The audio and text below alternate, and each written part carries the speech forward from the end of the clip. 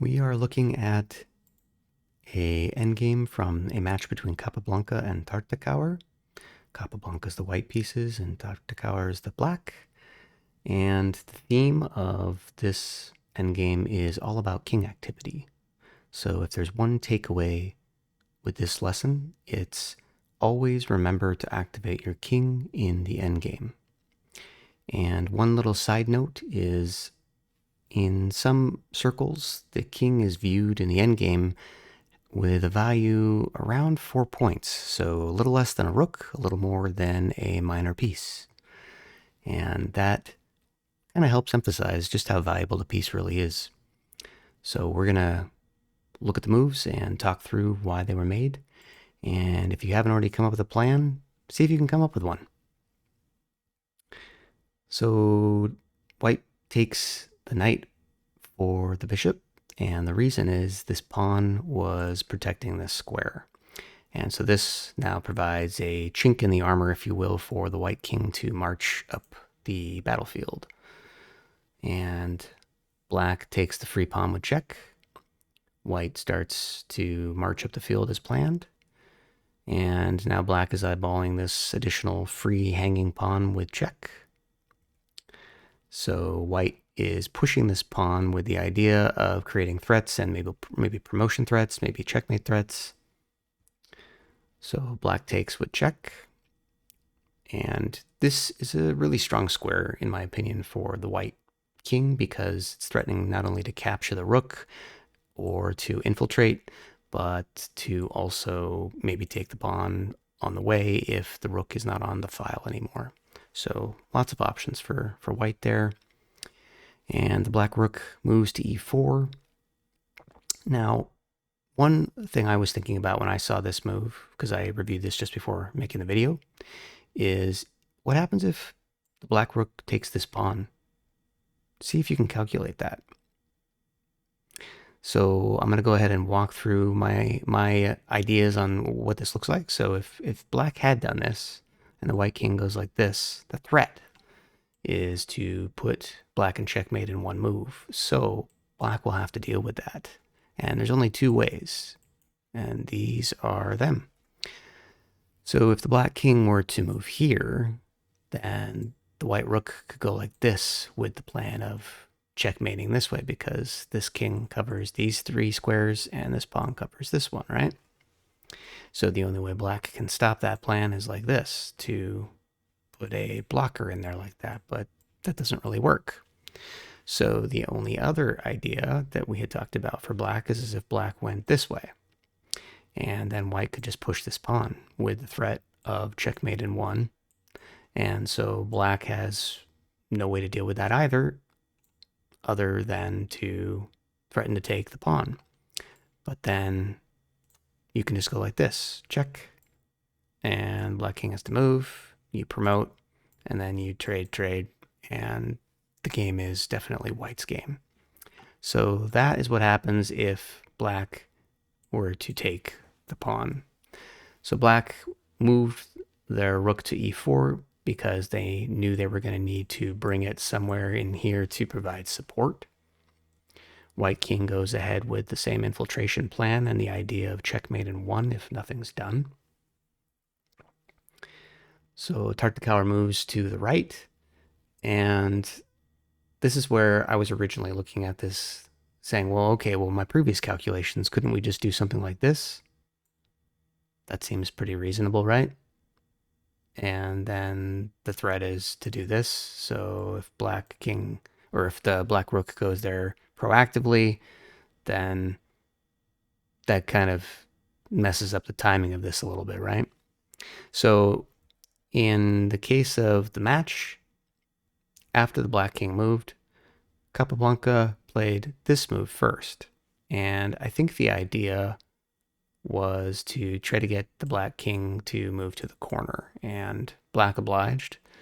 And then the rook took, because now it's a little bit easier to get the king to be in a checkmate position if they're stuck in the corner. So the rook makes the only logical move again to try to stop that checkmate from happening. And here's another moment where I was initially surprised by this move because I was just thinking about ideas like this, perhaps, or, you know, maybe capturing some other pawns this way. But this is a key pawn to also be concerned about because if you don't capture it and you don't put an immediate threat on the black king, then black is going to start marching the pawn downfield and you won't have a lot of ways to deal with it because black is going to be trying to trade off the rooks and then black actually has a fair fighting chance. So white goes ahead with this intermezzo idea and black continues with the idea of threatening to take more of the pawns because there's not a whole lot more that black can do. And now white continues now that the intermezzo's over, so he moves up this way with the intent of checkmating in one. So black puts the king in check. Solid choice.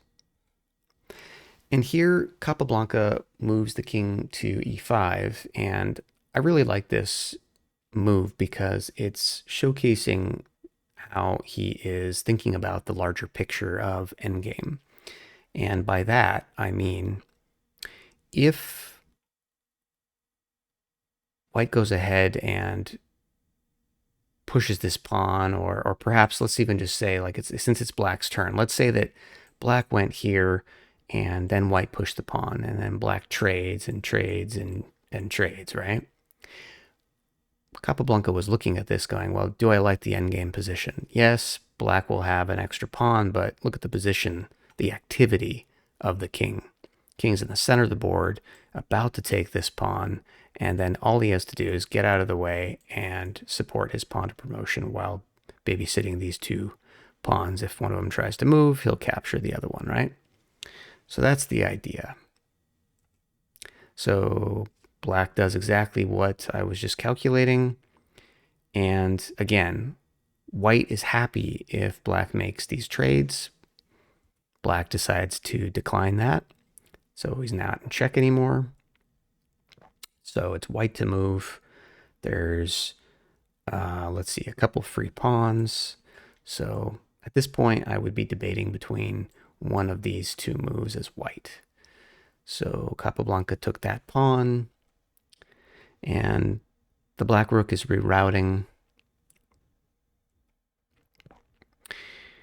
White takes the other free pawn because why not?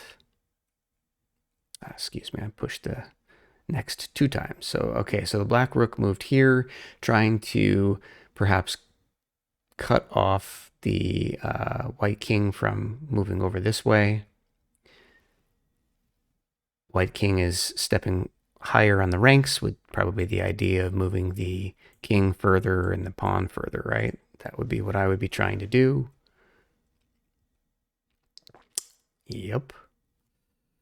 Okay. So white offers a rook trade right here because, again, this is a fantastic position for the white side of the board. So black should decline that, and they do. So if you are white, what would you do here? Now for me, I'm looking at a couple moves. I'm looking at this move to defend the rook, but then we get into this weird back and forth where the rook now is trying to block the king, but the king could just continue to march, I suppose, and push this pawn, so that's not a bad move. Other idea is to move the king this way with the intent to capture this pawn. So, I don't know, that one seems more straightforward to me. I'd probably do that. And Capablanca agrees and did that as well. So black takes the free pawn, and now it's white to move again. And at this point, I guess I would probably just take here. Seems reasonable. And Capablanca decided to just push the pawn. Why not? That's even better. Just continue to push the threat of promotion, and there's really nothing that black can do about it. And he resigned. So if you feel like you learned something from this video or appreciated the walkthrough of the endgame, please give a like, maybe even consider subscribing to my channel. It's very small, but these activities go a long way. And if you have any thoughts about the match or my coverage or ideas for improving, feel free to drop a comment. I am very receptive to my viewers and appreciate you swinging by to take a look. All right, until next time.